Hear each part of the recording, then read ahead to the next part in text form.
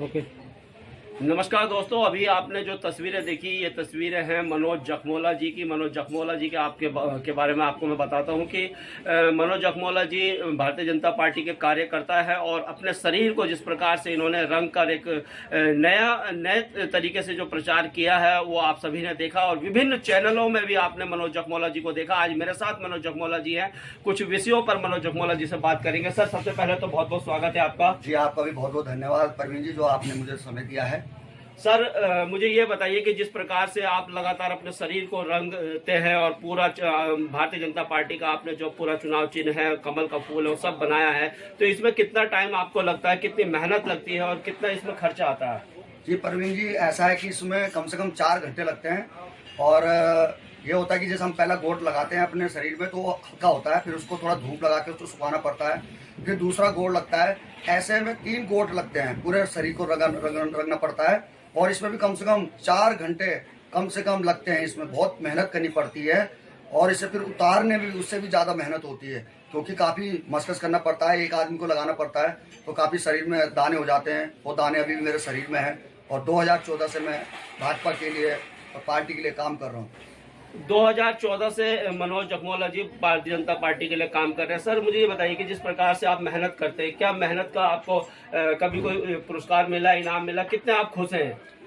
जी, अब मैं इतनी मेहनत कर रहा हूँ, सभी को पता है, लेकिन अब मैं आपको कैसे बताऊं, क्योंकि मेरे को सारी जनता देखती है, सारी जनता मुझे जानती है कि कितनी मेहनत से मैं वहाँ पे जाता हूँ, कितनी मेहनत से मैं वहाँ पे जो है कि लोगों का जो है मनोरंजन भी करता हूँ।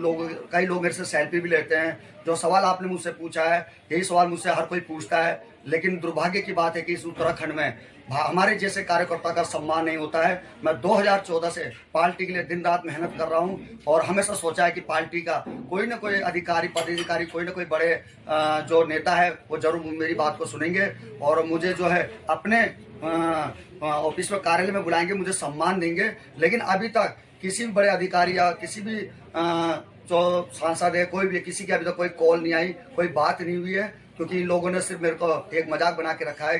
तो ये सब कहते हैं कि हम एक मजाक के तौर पर कर रहे हैं, लेकिन एक कार्यकर्ता ही जानता है कि कितनी मेहनत वो पार्टी के लिए करता है। मनोज जखमोला जी का कहना यह है कि एक कार्यकर्ता ही जानता है कि कितनी मेहनत वो पार्टी के लिए करता है, लेकिन भारतीय जनता पार्टी ने उस प्रकार का सम्मान अभी तक उनको नहीं दिया है जिस प्रकार का सम्मान उनको मिलना चाहिए था।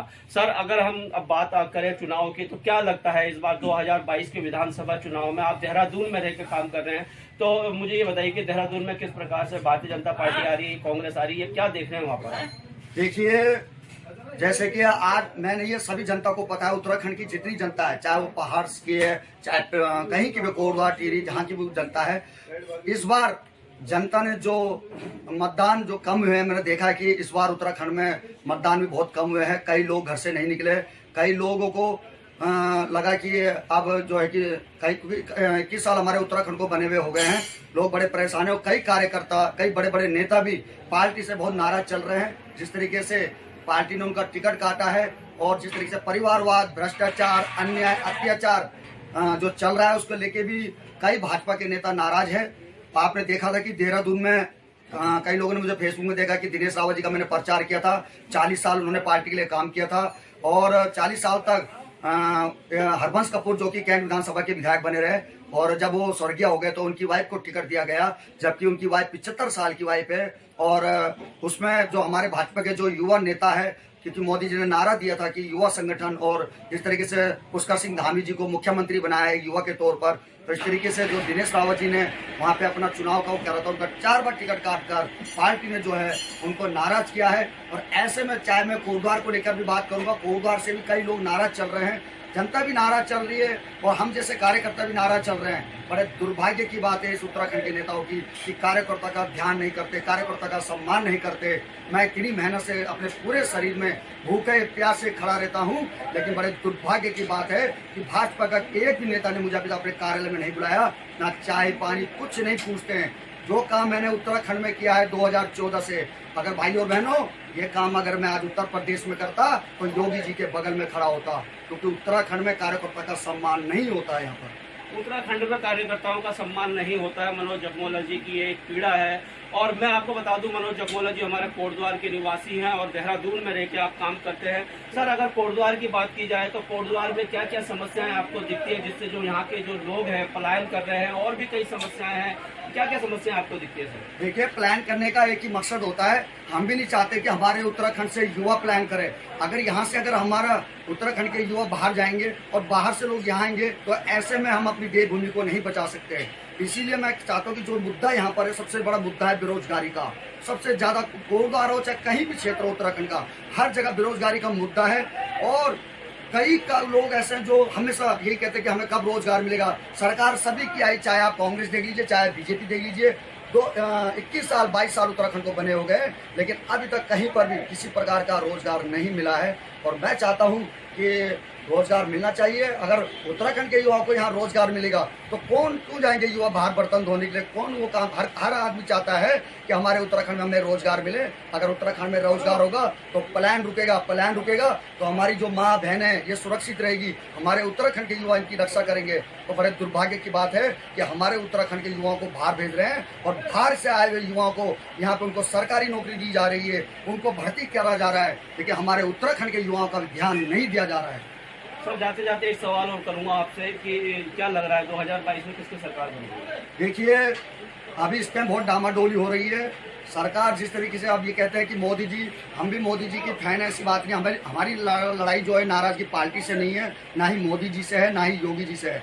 हमारी जो नाराजगी है, यहाँ के जो नेता हैं भाजपा के, इनसे हमारी बहुत ज्यादा नाराजगी है। और मेरे जैसे कई लोग भी नाराज चल रहे हैं इनसे। ये मोदी जी बहुत अच्छा काम कर रहे हैं, केंद्र में बैठे देश के लिए बहुत अच्छा काम कर रहे हैं, योगी जी भी बहुत अच्छा काम कर रहे हैं। आखिर क्या कारण था कि उत्तराखंड में 3 मुख्यमंत्री जो है 13 विधानसभा को नहीं संभाल पा रहे हैं, और उत्तर प्रदेश में एक मुख्यमंत्री योगी आदित्यनाथ 76 जिलों को अकेला संभाल रहा है? तो आखिर क्या कारण है? तो कुछ ना कुछ कारण है। तो जिस हिसाब से मैं देख रहा हूँ कि 10 तारीख के बाद रिजल्ट आएगा, जिस तरीके से लोग नाराज चल रहे हैं, इस बार मतदान भी बहुत कम हुआ है।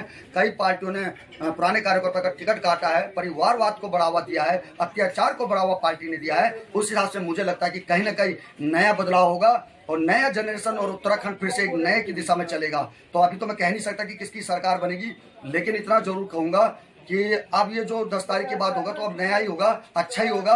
और देखिए, हमें पार्टी को लेकर नहीं चलना है, हमें रोजगार देना है, समाज की बात करना है, परिवर्तन लाना है। पार्टी चाहे किसी की भी हो, चाहे वो कांग्रेस है, चाहे बीजेपी है, चाहे कोई भी हो, जो रोजगार की बात करेगा, जो परिवर्तन की बात करेगा, जो प्लान रोकने की बात करेगा, हम उसके साथ खड़े हैं। और मैं नहीं, मेरे जैसे कई युवा कार्यकर्ता खड़े हैं, सभी लोग खड़े हैं साथ में।